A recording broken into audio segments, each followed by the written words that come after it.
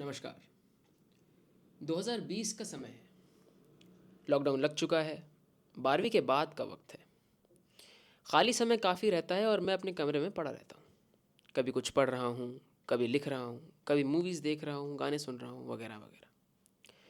ये दौर वो है जब मैंने लिखना भी शुरू कर दिया है और लोग कहते हैं कि मैं ठीक ठाक लिख लेता हूँ। और ये दौर वो भी है जब मेरे पिताजी मुझे अपनी रचनाएं, अपनी कविताएं, अपनी गज़लें अक्सर सुनाया करते हैं और मुझसे टिप्पणी मांगा करते हैं।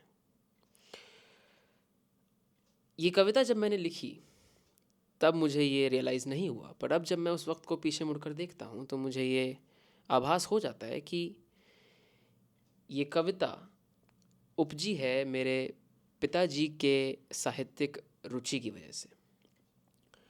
और कहीं ना कहीं जब मैं ये कविता लिख रहा था तो मेरे मन में ये था कि एक कविता लिखी जाए, पिताजी को कॉल पे ये कविता सुनाई जाए और उनको कहीं ना कहीं ये जाहिर किया जाए कि उनका बेटा भी उनकी इस रुचि को उनके साथ साझा करता है।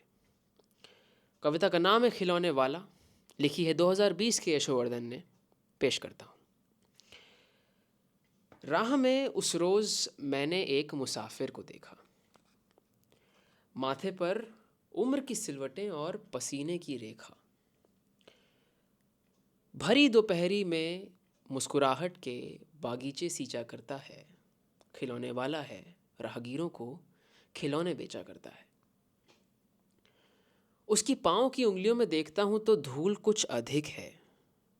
एक बात तो तय है कि ये मुसाफिर एक निपुण पथिक है। एक कांधे पर पुराना मैला सा बस्ता, एक भोली सी पर अधूरी सी हंसी हंसता। बूढ़ी आंखों से सब उम्मीदों का पीछा करता है, खिलौने वाला है, राहगीरों को खिलौने बेचा करता है। बांस की एक डलिया टंगी है दूसरे कांधे पर, कुछ धूल सी जमी है टोकरी के बांधे पर।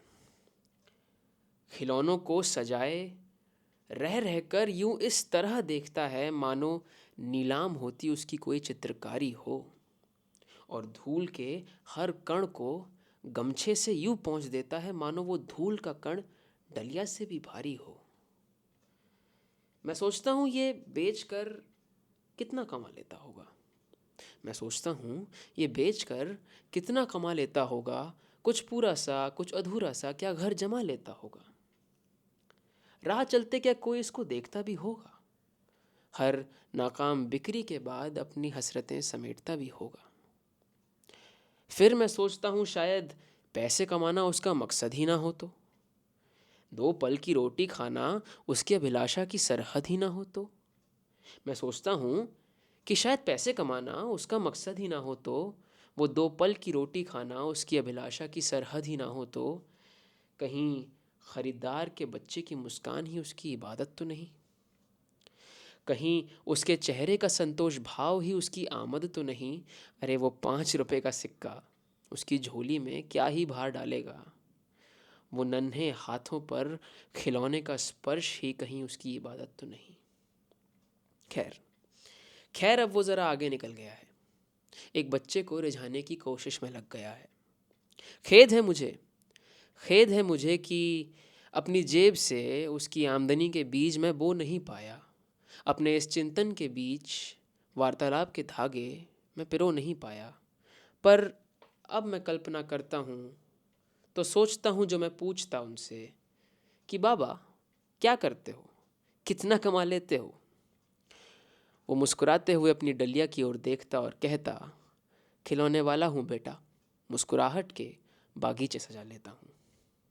खिलौने वाला हूँ, मुस्कुराहट के बागीचे सजा लेता हूँ। मेरा नाम है यशोवर्धन और आपका बहुत बहुत धन्यवाद।